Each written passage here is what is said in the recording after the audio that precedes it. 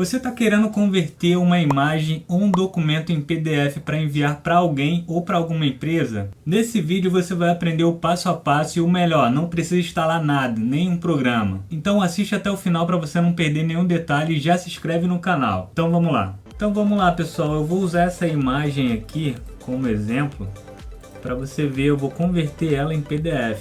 Como você pode ver aqui, o tipo do arquivo é JPG. Vou abrir aqui nas propriedades. Ó, arquivo JPG.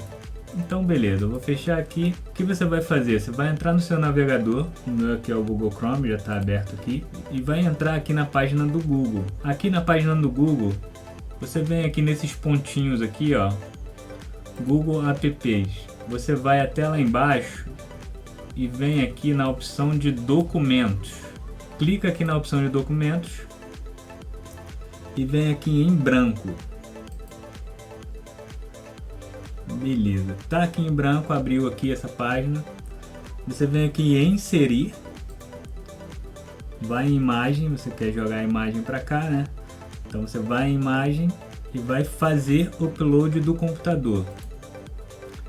Beleza, eu vou na área de trabalho, que ela tá aqui na área de trabalho, e vou dar 2 cliques nela aqui, ou clico uma vez e venho em abrir. Beleza, já tá aqui, ó. Inclusive, pessoal, essa imagem aqui é de um curso que eu vendo aqui no canal, que eu vendo como afiliado para ajudar aqui o canal. Quem puder e tiver interesse, tem um link aqui próximo ao banner do canal. É só você clicar nesse link que você vai ter acesso a todos os produtos do canal. E lá você pode ajudar o canal de várias formas. Você pode ajudar comprando algum e-book, um curso para você expandir seu conhecimento, produtos relacionados à tecnologia. Pode ajudar no Pix também, qualquer valor já é bem-vindo. Desde já, obrigado. Então é isso, você botou a imagem aqui, pode ser uma imagem de documento também. Você pode botar uma identidade, você pode ajustar aqui o tamanho, ó. Você pode botar uma identidade aqui e um CPF aqui do lado. Vou ajustar o tamanho aqui para um tamanho grande. Beleza, então eu quero assim. O que eu vou fazer para transformá-la em PDF? Eu vou aqui em arquivo, vou em fazer download. Aqui tem as opções de arquivo que eu quero. Eu quero PDF, documento PDF. Eu vou apertar aqui e já fez o download aqui da minha imagem, já está em PDF. Você vai aqui na pasta de download do seu navegador, o meu já aparece aqui, né? Eu vou abrir aqui a pasta de download e já está aqui, ó. Aqui eu posso renomear, botar curso.